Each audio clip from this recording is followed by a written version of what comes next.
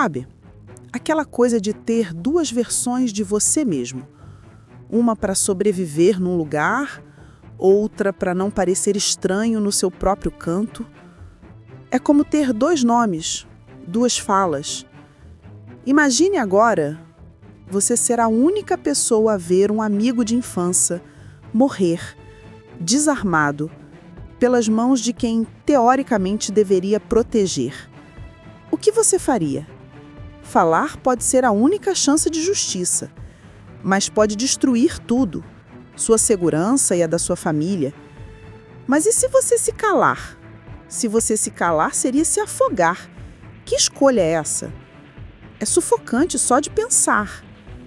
É nesse lugar apertado, nesse nó na garganta, que vou fundo hoje, explorando a força e a dor que pulsam no livro O Ódio que Você Semeia, de Angie Thomas.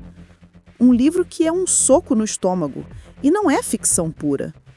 Angie Thomas escreveu isso a partir da dor dela, da sua revolta com casos reais como Oscar Grant, Trayvon Martin, tantos outros. É a voz de quem viveu algo parecido. Uma autenticidade que dói. E tem a ideia do Tupac, não é? Thug Life. The hate you give little infants fucks everybody. O ódio que você semeia em pequenas crianças fode todo mundo. Essa sigla é a espinha dorsal da história. Então, minha conversa hoje é para tentar desembrulhar isso. O racismo, essa luta para ser quem se é e a coragem que nasce do limite. O centro de tudo é Star. Carter, 16 anos, negra. Ela vive em dois mundos completamente diferentes. De dia, ela está na Williamson Prep, escola chique, maioria branca. Lá, ela mede cada palavra, cada gesto, nada de gíria, nada que grite gueto. É a Star versão aceitável. À noite, ela volta para Garden Heights, o bairro dela, negro, periférico. E lá, ser certinha demais como na escola, também pega mal, também zola. É uma tensão constante de não pertencer totalmente a lugar nenhum. É um malabarismo exaustivo. E essa troca de máscaras tem um nome técnico, mas o termo não dá conta do cansaço que isso gera. É uma vigilância o tempo todo. Não é só mudar a fala. É tipo engolir a raiva para não ser vista como a negra raivosa. É rir de piada sem graça. É policiar o próprio corpo para ser menos ameaçadora. E o custo psicológico disso é pesado. Alienação, a sensação de não ser autêntica em lugar nenhum. É uma performance que não acaba, invisível para muitos, mas que corrói por dentro. E aí, essa performance toda, essa divisão, estilhaça numa noite. Star está no carro com Khalil, amigo de infância. Música alta, conversa, uma cena tão cotidiana, tão simples. Até que, sirene, luzes piscando. O policial, branco, tenso, grita ordens. Khalil se mexe para pegar uma escova de cabelo no console. E tiros. 1, 2, 3. O barulho some. Silêncio. Khalil, ali do lado dela, morto, desarmado, e Star. Star viu tudo. Ela é a única testemunha. O choque deve ser inimaginável. Paralisa. O medo vira tudo. Medo do que viu, medo do que vão fazer se ela falar, medo pela família, medo de virar notícia, de ter a vida exposta, julgada. E é crucial entender, essa cena, por mais brutal que seja no livro, ela não vem do nada. Ela ecoa uma realidade que conhecemos, infelizmente. Essa abordagem, a escalada rápida para a violência letal contra um jovem negro desarmado, isso é sintoma de algo maior. É o racismo sistêmico, estrutural, que está entranhado. E a força de Angie Thomas é justamente essa. Trazer essa realidade para perto, não como estatística fria, mas pelos olhos de Star. A gente sente o medo dela, a dor, humaniza, não é? Mas a violência não acaba ali. Quando os tiros param, começa outra guerra. A guerra pela narrativa. Essa é outra batalha. Quem era Khalil? E aí, a resposta que começa a circular é de revirar o estômago. Começam os mas ele talvez vendesse drogas. Mas ele andava com gente de gangue. Começa a construção do suspeito. De repente, ele não é mais o garoto que morreu desarmado. Ele é o problema. Tentam achar um motivo póstumo para justificar o injustificável. Parece que já existe um roteiro pronto para desumanizar jovens negros nessas situações. Por que é mais fácil acreditar nisso do que na injustiça óbvia? Essa distorção não é por acaso. É quase um mecanismo de defesa do sistema. Há muita pesquisa sobre como o viés racial, muitas vezes inconsciente, molda como a mídia cobre esses casos. Vítimas negras frequentemente têm seus antecedentes vasculhados, suas companhias questionadas, enquanto vítimas brancas costumam ter um retrato mais individualizado, mais empático. Controlar a narrativa sobre Khalil serve para quê? Para desviar o foco da ação policial, para plantar a dúvida, para, no fundo, manter as coisas como estão. Culpar a vítima é uma tática antiga para não ter que responder perguntas difíceis sobre poder, sobre abuso, sobre o próprio sistema. A verdade vira flexível, uma ferramenta. E no meio desse caos todo, começa uma luta interna. A injustiça está ali, pulsando. O silêncio sobre o que ela viu começa a pesar demais, a sufocar. E aí entra a família. O pai dela, Maverick, figura complexa, ex-membro de gangue, hoje dono de mercadinho, super ligado na comunidade. Ele sabe dos perigos, mas ele incentiva Star a usar a voz. Ele entende a importância disso mesmo sabendo do risco.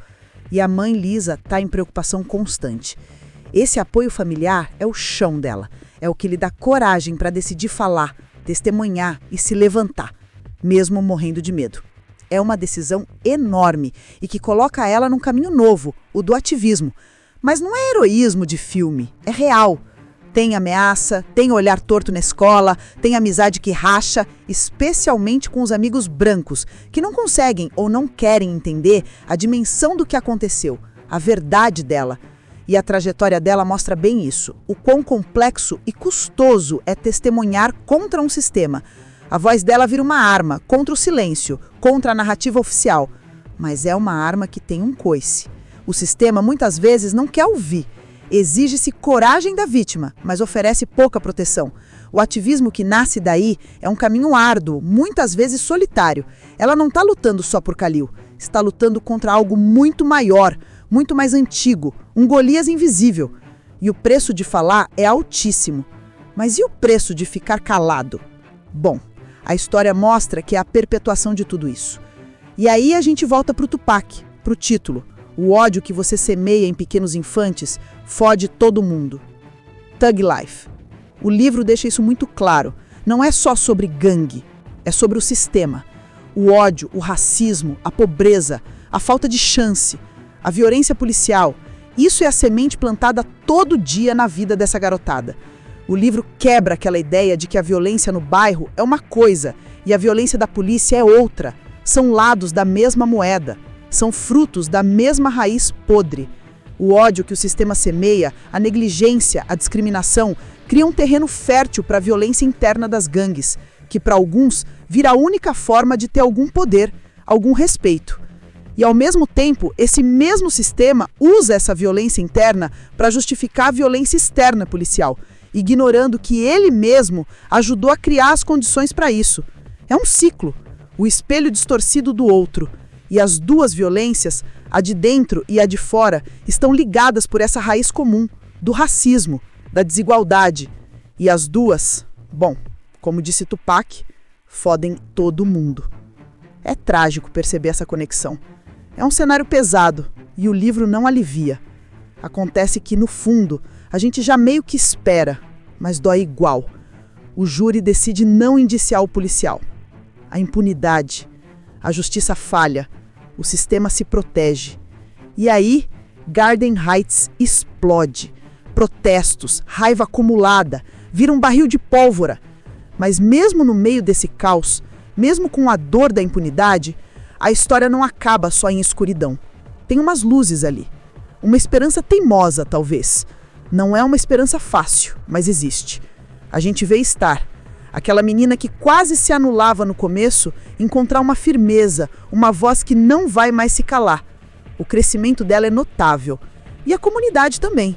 Apesar de tudo, do perigo, eles se juntam em alguns momentos. E a família Carter, nossa, a família, aquele amor, aquele apoio, mesmo com as broncas, eles são a prova de que mesmo no pior terreno, a resistência e o afeto podem criar raízes. E essa esperança não está na ilusão de que o sistema vai mudar do dia para a noite, ou que vingança resolve algo. Está na resiliência, na capacidade de transformar essa dor toda em ação. A luta de Star da comunidade não é só por justiça para Khalil, embora isso seja central. É por dignidade, pelo direito de existir sem medo, pelo valor da vida deles, pela memória dele e por um futuro diferente. E as ferramentas para tentar quebrar esse ciclo estão ali. Educação, ativismo, solidariedade, os laços. Tudo isso funciona como um antídoto contra o veneno do ódio. A dor vira combustível para continuar, para exigir, para construir algo novo. Então, depois de passar por essa história toda, o que fica mais forte? Para mim, fica muito nítido o estrago que esse ódio sistêmico causa. Como ele entra em tudo, como ele deforma vidas. É devastador. Fica também a admiração pela coragem. É preciso uma coragem absurda para levantar a voz quando tudo te empurra para baixo. Quando o sistema que deveria proteger falha. Uma coragem que não deveria ser necessária, mas é. E fica principalmente aquela certeza meio incômoda da importância de cada voz, de cada história contada por quem viveu. Não deixar que definam quem você é ou quem foi seu amigo. A história de Star é esse soco no estômago necessário que falei. Ela joga na nossa cara a verdade do Thug Life. O ódio que se planta não some. Ele cresce, reverbera e no final atinge todo mundo. Não tem como escapar ileso. Ninguém fica imune. A história dela deixa de ser só dela e vira um espelho urgente da nossa sociedade. E a pergunta que fica ecoando muito depois de fechar o livro ou dessa minha conversa aqui é bem perturbadora, na verdade. O que estamos semeando hoje? O que estamos fazendo com o que falamos e, talvez, o mais perigoso, com o nosso silêncio diante do ódio que vemos crescer por aí? Que tipo de colheita estamos preparando para o futuro, sabendo que ela, inevitavelmente, vai afetar a todos nós? Perguntas que não têm resposta fácil.